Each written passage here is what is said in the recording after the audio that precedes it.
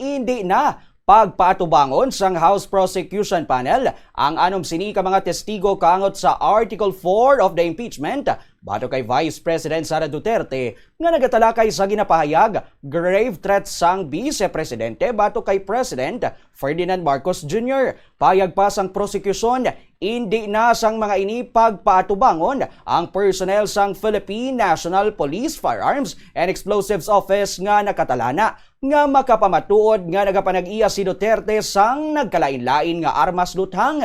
Dala na diri ang mga high-powered firearms kung sa diin magatestigo sang ginbuyan nga pagpamahog sang Vice Presidente. Suno kay Lead House Prosecutor Jervil Luistro, nagakaigo na ang ebidensya nga ilan napakita sa trial nga seryoso nga ginsabatman kung sa diin naglabot sa malawig nga investigasyon kag rekomendasyon nga pasakaan sang kaso nga kriminal. Payag pa ni Luistro nga napamatud-an na sang una nga testigo sang prosekusyon nga si NBI Senior Agent John Mark Calilong nga matuod ang video sa nasamit nga press conference bagay nga ginkilala man sang kampo sang depensa.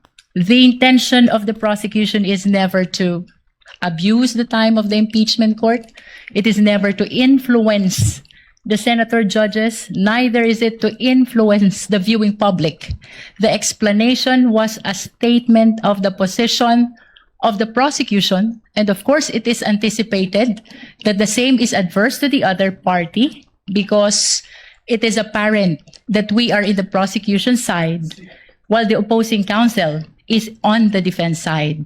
But nonetheless, let me reiterate and put on record, Your Honor, the purpose is not to influence the senator judges, neither is it to influence the viewing public. It is only a statement of position of the prosecution for withdrawing the names of the prosecution's witnesses, Your Honor. Si Lead House Prosecutor Representative Jervil Luistro. Kumpiyansa naman si House Prosecutor Representative Lawrence Defensor sa mga nauna nga mga witness sang prosecution sa Article 4 sang impeachment trial batok kay Vice President Sara Duterte. Ininanungod sa grave threat o kung ginapayag pagpamahog sang Vice Presidente sa Presidente sang Pilipinas. Pahayag ni Defensor nga bisan pila ka oras nga liwat-liwato ng palamangkutanon ang pag-cross-examine sa ila witness, wala sang may mapuga ang mga ini, bangod nagahambal ini sang kamatuoran. Dugang paniya nga wala ini sang may ginatago kag kontento ang mga ini sa nangin presentasyon sang ila nga witness. May dagdag ko lang kanina, kahit 2, 3 at 4 na oras mong i-cross-examine ang aming testigo, wala kang mapipiga sa testigong nagsasabi ng totoo at walang tinatago.